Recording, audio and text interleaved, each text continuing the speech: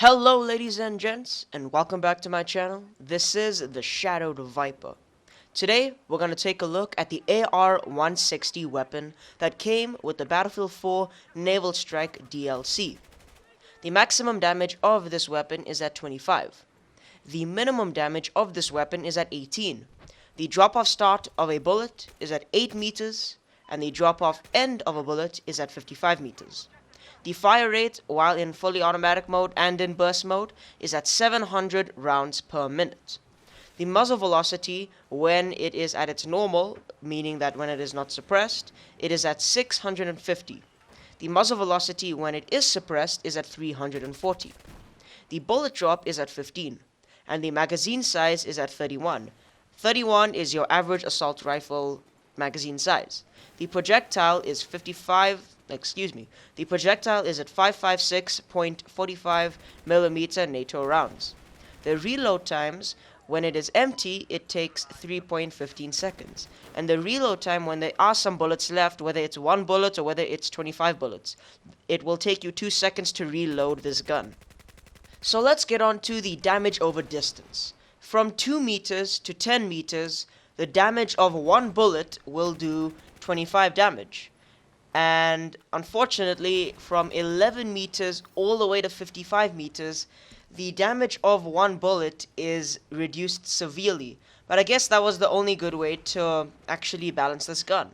It goes from 11 meters, it does 23 damage, and all the way up to 55, it does 17 damage.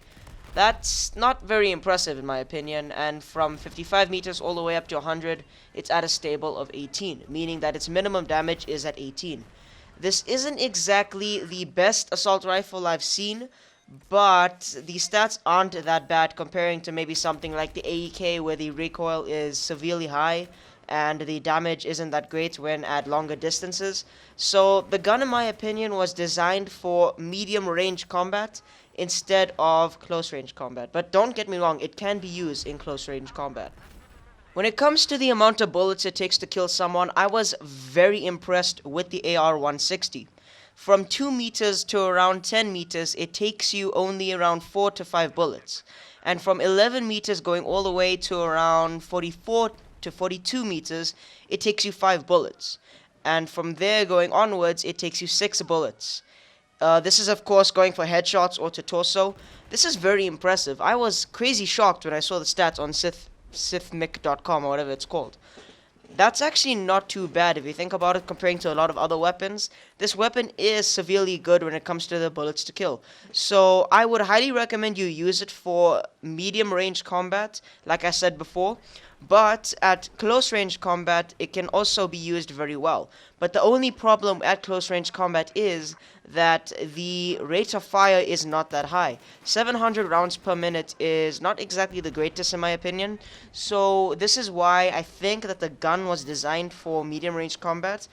And this is actually something good, because a lot of guns in the assault class aren't actually great at medium range combat. Sure, you'll get 1 or 2 on the odd occasion, like the AR61 and the AR160. So I think that the assault class needed I think it needs around 2 more weapons to actually balance it out from close range to medium range combat. But I guess they don't want to add too many medium range combat guns, because the assault class weapons, I guess, were designed for close range combat. The recoil stats of this gun are very impressive.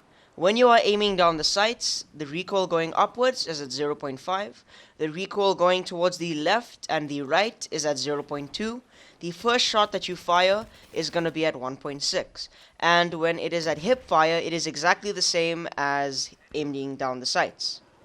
Comparing this gun to a higher rate of fire weapon like the AEK-971, this gun actually has impressive recoil statistics due to its low rate of fire. If this gun had the same rate of fire as the AEK-971, the recoil statistics would be atrocious. Because of a low rate of fire, you need to put a low rate of fire weapon with an impressive recoil statistics. And comparing this to the SAR-61, the SAR-61 has exactly the same rate of fire and exactly the same recoil stats. So the recoil is impressive, but due to its low rates of fire, it actually balances the gun. It won't be fair towards the gun if you put a low rate of fire and a high recoil.